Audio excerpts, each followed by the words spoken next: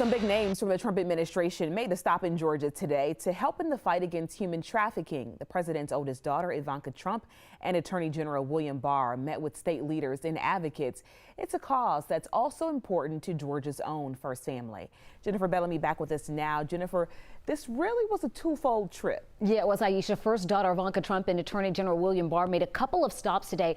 They toured the Georgia Center for Child Advocacy in Atlanta, speaking with survivors and advocates. And Barr announced the Department of Justice has awarded more than $100 million to fight human trafficking throughout the United States.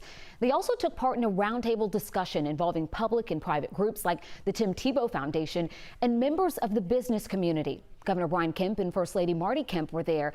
They have both made fighting human trafficking a signature issue of their administration. Trump and Barr's visit comes after last month's announcement of $500,000 in grant money for Wellspring Living. It's a nonprofit based out of Atlanta that offers recovery services for victims. The funding will help with those services and victims' housing resources as well. Ivanka Trump says it's all part of the work to end human trafficking and support those who have survived.